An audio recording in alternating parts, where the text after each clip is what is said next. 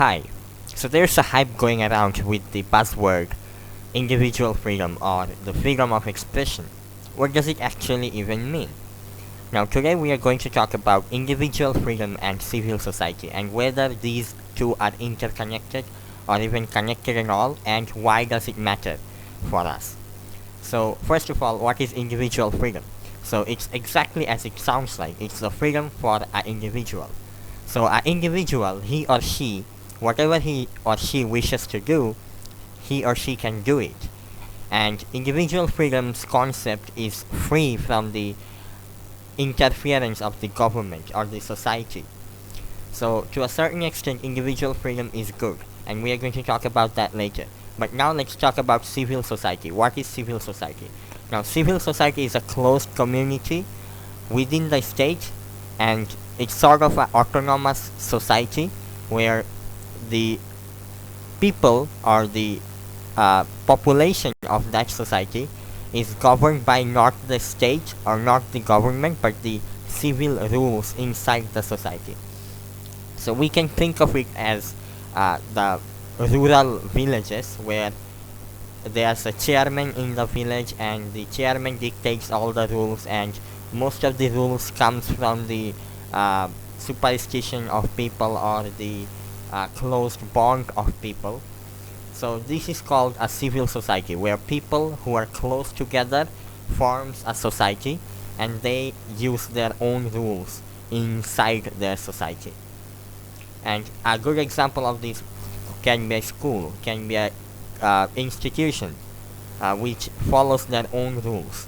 These are called civil society. Now, is individual freedom or civil society important, and how does both of them differ from each other? Well, first of all, individual society requires you to be individual freedom requires and gives you some extent of freedom, but if you overextend it, you might harm someone else. For example, if I have the freedom of buying a weapon whenever I want, I can harm people, and which is going to put someone else in risk. That's why we have laws in place. Laws from the civil society and laws from the state. Now civil society's story is a bit different though. Because it is a society, it's a closed community, it works as a state, some sort of state, autonomous state, and it can punish you or reward you if you do good or if you do bad. Now, I would say that individual's freedom is necessary, but you need to be part of a civil society as well. If you become a part of a civil society, that means that you are bound to some laws, some form of laws, which is going to put you in a position of responsibility. And you are going to think about what you are doing and how it's going to impact your society. And also, if we improve the civil society, if we improve our society, it's going to help us in the long run. Let's say, for example, I belong to a society, and this society has a lot of problems.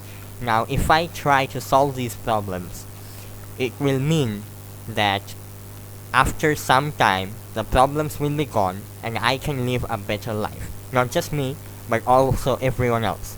So it means that if I do something good for myself and my society, it's going to put myself and my society both in a better position. And if the societies are good, then a nation can be good as well. And if a nation has prosperity, then the world can be prosperous. So that's how individual freedom and civil society should be interconnected and should work together. So to summarize, individual freedom is freedom of expression, freedom of thought for individual, and civil society is a closed community where everyone is linked together by some sort of relationship, and these two should work together to make a better society. I thank you all for listening to me, and I'm going to take my leave. Thank you.